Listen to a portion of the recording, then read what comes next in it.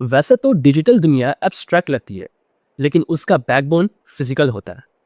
Data हवा में नहीं होता, वो लैंड, इलेक्ट्रिसिटी और वाटर फुटप्रिंट के साथ एग्जिस्ट करता है in real.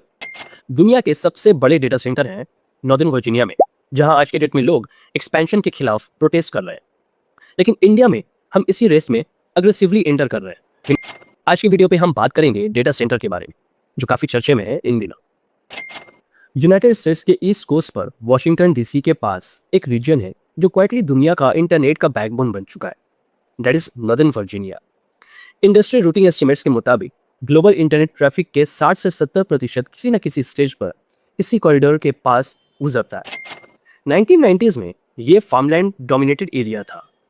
Fibre backbone deployment और फेडरल प्रॉक्सिमिटी ने टेलीकॉम इंफ्रास्ट्रक्चर को अट्रैक्ट किया। फिर क्लाउड कंप्यूटिंग का एरा आया और धीरे धीरे ये वर्ल्ड का लार्जेस्ट डेटा सेंटर क्लस्टर बनकर रह गया। सिर्फ लॉर्डन काउंटी में 25 मिलियन स्क्वायर फीट से ज्यादा डेटा सेंटर स्पेस डेवलप हो चुका है। आज यहाँ 200 से ज्यादा फैसिलिटीज ऑपरेट कर रहे हैं और टोटल इंस्टॉल कैपेसिटी 3 से 4 गीगावाट रेंज क्रॉस कर चुकी है।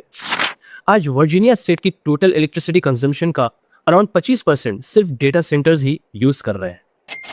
डेटा सेंटर्स सिर्फ इलेक्ट्रिसिटी कंज्यूम नहीं करते, बल्कि कूलिंग के लिए वाटर रिसोर्स पर भी डिपेंड करते हैं, स्पेशली इवेपोरेटिव कूलिंग सिस्टम के केस में। डायरेक्ट वाटर यूज के अलावा इनडायरेक्ट वाटर फुटप्रिंट भी होता है, पर्टिकुलरली जब ग्रिड इलेक्ट्रिसिटी थर्मल प्लांट से जनरेट होती है। अब चलिए इंडिया पर फोकस करते हैं। 2023 तक इंडिया का इंस्टॉल्ड डेटा सेंटर कैपेसिटी रफली 800 से 900 मेगावाट के आसपास था और प्रोजेक्शंस 2026-27 तक इसे 1.7 से 2 गीगावाट तक ले जाने का है। मुंबई, चेन्नई, हैदराबाद और नोएडा जैसे जगह मेजर ग्रोथ हब्स बनकर रह गए। लेकिन इंडिया का बेसलाइन काफी डिफरेंट है नॉर्दर्न वर्जीनिया से।